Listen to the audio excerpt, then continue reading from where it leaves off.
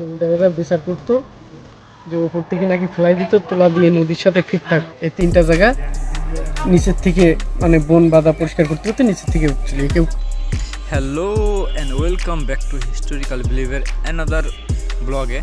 আমরা চলে আসছি সুন্দরবনের একটা ট্যুর দিয়েই শ্যামনগরের ঈশ্বরীপুর।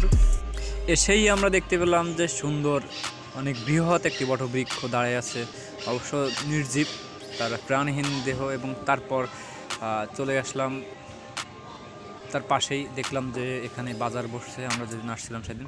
এরপর পরই আমরা মন্দিরের ভিতরে প্রবেশ করলাম এবং আমার বন্ধু এবং ছোট ভাই মন্দিরে ঢুকেই প্রণাম করলো, আমিও প্রণাম করে নিলাম। বন্ধুরা, আপনারা এখানে না আসলে বুঝবেন না যে এখানটাতে কত শত শত বছরের পুরাতন এই মন্দিরটা, এবং মন্দিরের যে স্থাপত্য কার্যক্রম বা কারুকার্য কত পুরাতন, প্রায় ধ্বংসের পথে।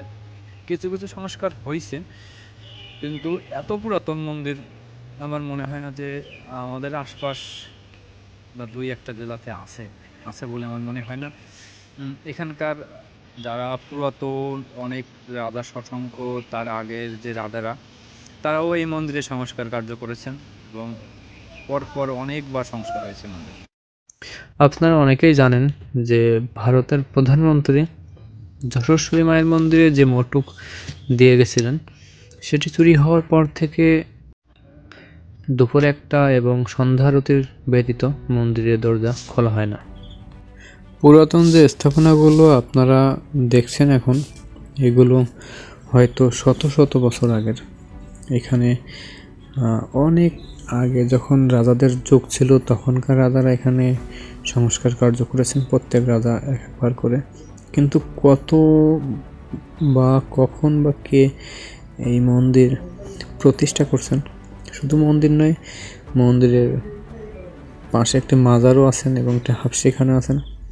লোককথায় চালু আছে যে এখানকার এই তিনটা স্থাপনা জঙ্গল পরিষ্কার করার সময় নিজে নিজেই উঠে আসছিল। যে জায়গাটি এখন দেখছেন, এখানে আগে নরবলি দেওয়া হতো, কিন্তু বর্তমান মা কালীর উদ্দেশ্যে পাঠা বলি দেওয়া হয়। শত শত পাঠা এখানে বলি হয় পূজার সময়। মন্দির থেকে বের হয়ে আমরা চলে আসলাম মন্দিরের পাশেই 2 মিনিটের মোটরসাইকেলের পথ সেই হাফসিখানা দেখতে, যেখানে নাকি আমরা এসে শুনলাম যে বাবুরা বা জমিদাররা আগে শাস্তি দিত, মৃত্যুদণ্ডর যে কার্যক্রমটি এখানেই পরিচালনা করা হতো।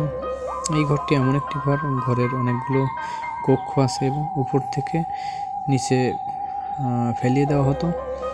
যার যেমন শাস্তি, সে ঠিক তেমন শাস্তি বা ততটা কষ্ট পেয়ে এখান থেকে মারা যেত। উপরে বাইরে ওঠার কোনো সিস্টেম ছিল না, নিচে দিয়ে এখানকার নদীর সাথে লাইন করা ছিল, সেখান থেকে বের হয়ে যেত এবং মরার পরে। এখন হয়তো আমরা দেখছি যেটা, এটি হলো একটি ধ্বংসাবশেষ। পুরোটা এখন ডিসক্রাইব করা খুবই কষ্টসাধ্য, তবে প্রত্যেকটি রুম আলাদা আলাদা ছিল।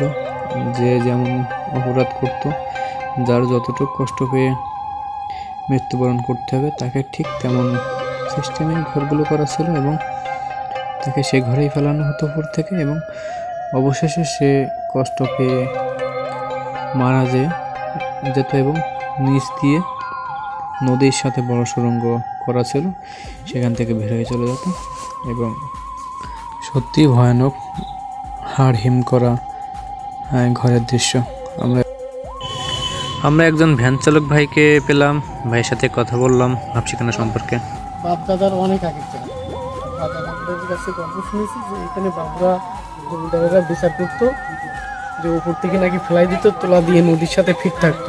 আগে তো বিচার ছিল মারধর না, ওই বাবুরা নাকি ওই বিচার করে ফেলাই দিত, নদীর সাথে ভেসে চলে যেত। হ্যাঁ, এই জায়গাটার নাম বলে হাফসিখানা, আমরা বলি হাফসিখানা। আর ওই সাইডে আছে কালী মন্দির, এই 2টা জায়গা, আরেকটা আছে সাই মসজিদ। এই 3টা জায়গা নিচের থেকে মানে বন বাঁধা পরিষ্কার করতে করতে নিচের থেকে উঠছিল কেউ তৈরি করে, মানে কেউ বলতে পারবো না যে এরা তৈরি করে, কিন্তু বাবুরা এটা দেখাশোনা করতো।